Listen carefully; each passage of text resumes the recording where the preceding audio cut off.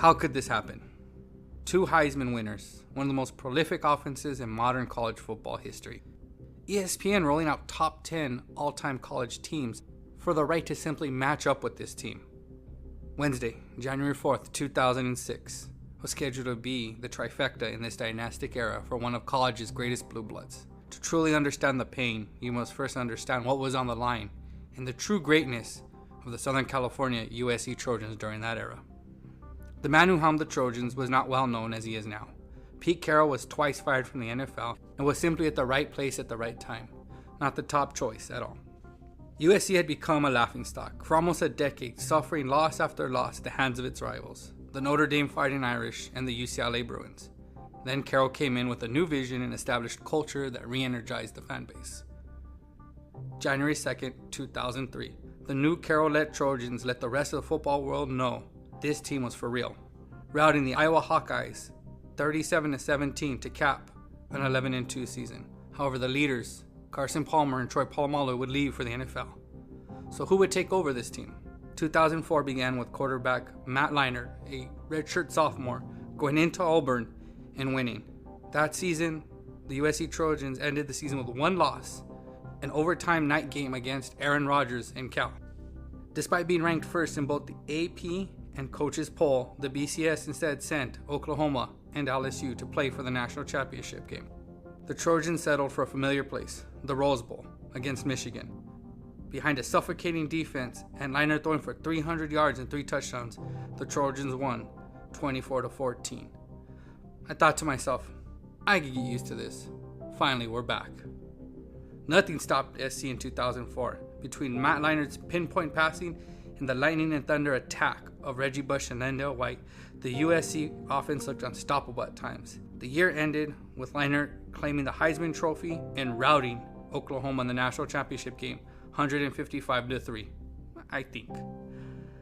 Only thing better than relishing in that night and seeing that we're back was the faces of and the dread of Bruins and Notre Dame fans that knew this wasn't ending anytime soon. Man, the 2005 season that should have been, had many memorable games. If you were watching college football during that time, you were treated to spectacular games, and maybe one of the greatest of all time, and SC going into Notre Dame to play the Fighting Irish, who were undefeated at the time. SC walked in and took a last drive to win the game behind the famous Bush push. The season ended with Reggie Bush's Heisman capping game against Fresno State. This was it. There were only 2 undefeated teams, the Trojans of Southern California and the Longhorns of Texas. I remember this game, and it still is the most painful memory that I have when it comes to sports. I do not like to watch any clips of it. I do not watch any videos. And what makes it harder is it lives famously in football history. I thought to myself, well, this is SC. We're unbeatable. We haven't really lost. We avenged our loss to Cal. We were unstoppable. We were truly 2-time defending champions, 2 straight Heisman winners. We're going up against Texas. Yeah, they're tough, but I mean, what could Vince Young do? He couldn't throw the ball. He wasn't a good quarterback. Notre Dame was better, I thought. Oh, I was wrong. But still, in the first quarter, it was close. I realized Texas's defense was something to be special. Picked off Leinart in the end zone, which was a little shocking at first, but it's all right. I thought to myself, they're going to get rolling. Sooner or later, the offense started to move the ball. Reggie Bush found creases. They got open. And probably one of the top 3 plays of that game, Reggie Bush running just clear as day in the middle of the field.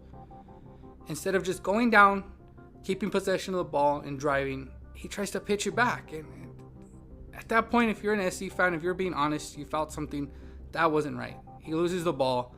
Texas gets the ball, goes down and scores. And you just sit to yourself and think, man, that's not right. First half ended 10-16. And I thought to myself, okay, I hear my uncles, my dad, family members, people rooting for the Trojans. SC's a second half team. Time in and time out this season, they've been behind going into the third quarter, only to rally and pull away, whether it was against Arizona State or Notre Dame or any team. This was going to be no different. Matt Leinart, Reggie Bush, Lendale White, and Pete Carroll were going to lead this team. And they did at the point. The second half of the game, despite, the first half being kind of slow, 16-10, second half totaled 53 points. And yet, no matter how much SC scored, they could not stop Vince Young. I remember just shaking my head. Stop him, sack him, hit him. He's not going to throw the ball. Just hit him. But it seemed like no matter what they did, they could not get him to the ground. He was a man possessed that night. And yet still, with that in my face, I thought our running game, which had finally got on track in the second half, was eating up yards. But not by Reggie Bush, the Heisman Trophy winner, Lendell White. Lendell White up the middle, counter left, counter right, eating up 6, 7, 8 yards. We held a 17-point lead or 14-point lead, and I thought to myself, oh, this is it. They can't stop the run. They stopped it once. They gave Vince Young the ball back. Went down and scored. Okay, well, we're going to run the ball. It's over. Lendell White up the middle. 4th and 1. And then you get nervous because I sit there and think to myself, well, if you punt it, you pin them back, but no, let's end this. This is SC. We're the most dynastic. We're the best offense. This is USC. We're going to run the ball. We're going to get the first down. It's over. And it wasn't. And that is one of the plays too. The failed 4th down conversion. Lendell White, who averaging feels like 20 yards a touch, couldn't get one. You look back at the play and you realize that was the end. The true dagger was 4th and 5. And I'm about to watch it now and relive this pain. There's Vince Young.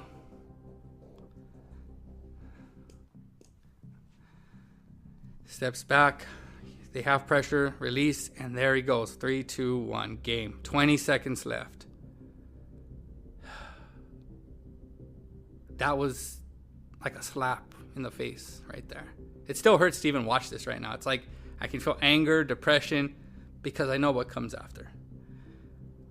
And you can't. I mean, I see it again. 4th and 6. Stop him. That's all they had to do. They knew he wasn't going to throw the ball. They send a blitz. The offensive line picks it up. And he just scurries across. 20 seconds left. 20 seconds left. All they do is stop him. Don't let him get 6 yards. Let him get 5.5. And they win. Instead, they lose. And I remember the silence in the house. Except for my one UCLA fan uncle who was just a savage about it. But that play... I mean, that was the first cold slap in reality of what being a sports fan was really about. It wasn't just about enjoying the highs, but it was living through the lows. I didn't watch sports for a week. I didn't want to watch any ESPN, nothing. I mean, that was kind of like the crucible of fire. That was a slap in the face of what being a real sports fan was about sometimes. And to this day, that is the most painful memory. Being a 49ers fan, yeah, there have been other losses, but that loss to Vince Young in the Rose Bowl will always stand as the most painful loss in my sports fandom.